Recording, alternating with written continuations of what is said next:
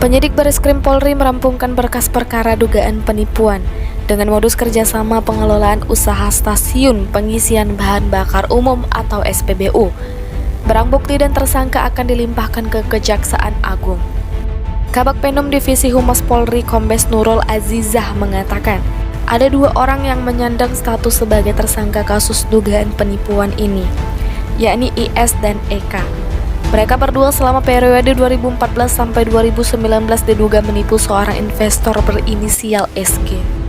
Ketika itu SG bersama kedua tersangka menjalin kerjasama dalam pembelian dan pengelolaan SPBU.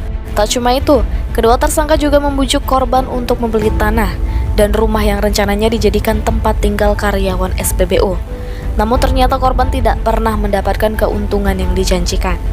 Terkait kejadian ini, penyidik Bareskrim Polri telah menyita sejumlah aset yang diduga berhubungan dengan tindak pidana yang dilakukan oleh tersangka.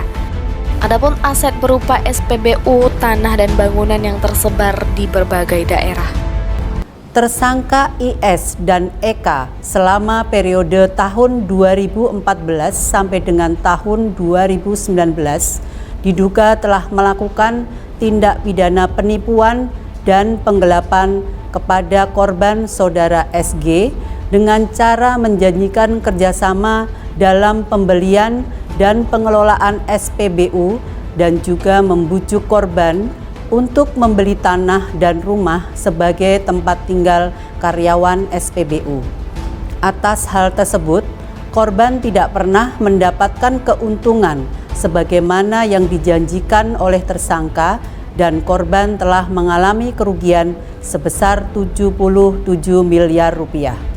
Penyidik berhasil melakukan penyitaan barang bukti yang terdiri dari 4 unit SPBU di Karawang, Kota Cirebon, Sukabumi, dan Pelabuhan Ratu. Selanjutnya 2 unit rumah di Bandung dan Cimahi, 1 unit villa di Kota Sukabumi, dan 1 bidang tanah di Kabupaten Sukabumi.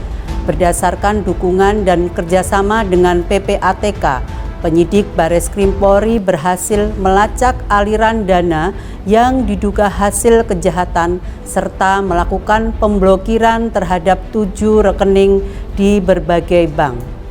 Kemudian pada hari Rabu, tanggal 2 November 2022, berkas perkara dugaan tindak pidana penipuan dan atau penggelapan serta tindak pidana pencucian uang dengan tersangka IS dan istrinya EK telah dinyatakan lengkap atau P21 oleh Kejaksaan Agung.